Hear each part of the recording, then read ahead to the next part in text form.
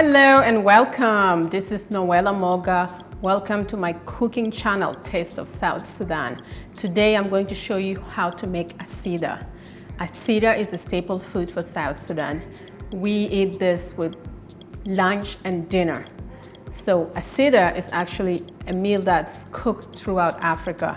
It has multiple names. For instance, in Uganda, it's called Ugali. In South Africa, it's called pap. In Nigeria, it's called fufu.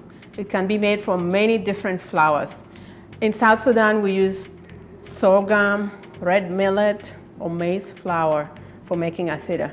And sometimes we'll actually combine different flours, different types of flours to give it the taste that we desire. The ingredients for asida are very simple. We have flour and water. I have chosen to use maize flour here. I chose maize flour to demonstrate cooking asida because it's the easiest flour with which to cook asida. So what we'll do first is that we'll make a porridge, and I'll take half a cup of the corn flour, put it in my pot, and add 5 cups of water. First, I want to demonstrate the cooking utensil we'll be using for making asida. This is the South Sudanese lofrega. It's a wooden cooking ladle, and it's well suited for making asida.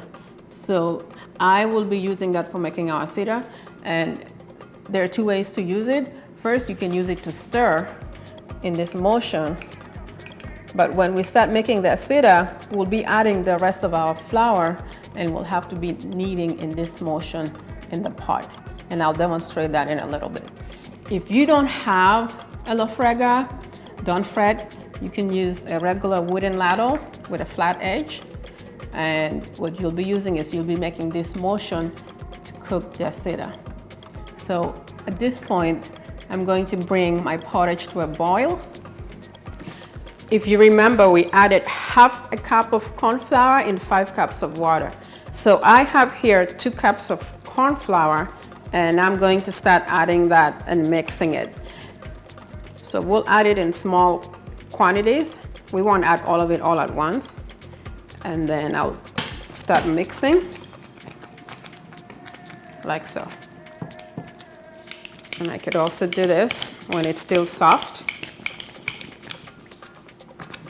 And when I'm doing this, I want my heat to be on high to make sure that the corn flour gets thoroughly cooked.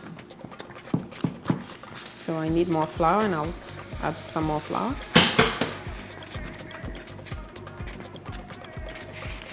So this is how to cook the asida.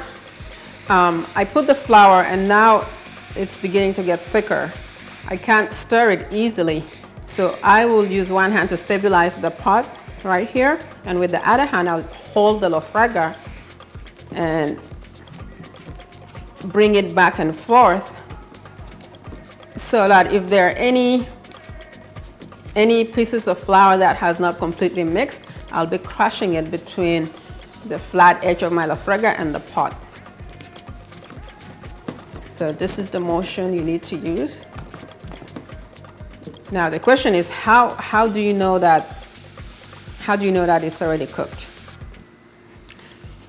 I can see that when I'm kneading the asida, it's peeling off from the edge of the pot very easily, which means it's now starting to stick to each other. Also, I can take a sample of my food here and rub it in between my fingers. It's hard to explain this, but when you're cooking the corn, initially it's hard granules. Once it's cooked, if you mix it like this, it's completely dissolved and soft. Okay? So right now, my asida is done, and I am going to put it onto my plate. There are 2 ways to do this. One, you can just scoop it with a small plate onto your plate, or I'm going to show you what I typically do. We'll take the lofrega out, and we'll flip the whole pot.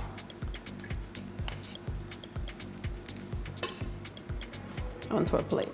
So let's set that aside. I'm going to turn my heat off.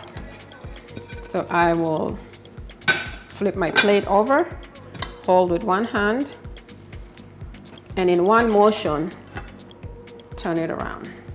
And I peel my pot off, and there you have it. Asida from Taste of South Sudan. All right, this is the Asida from Taste of South Sudan. To serve this, we'll cut it with a knife. And everyone can take a piece. We'll take a quarter. And it's best eaten with stews, beans, vegetables, meats. Thank you for watching. Come back again for more videos from Taste of South Sudan.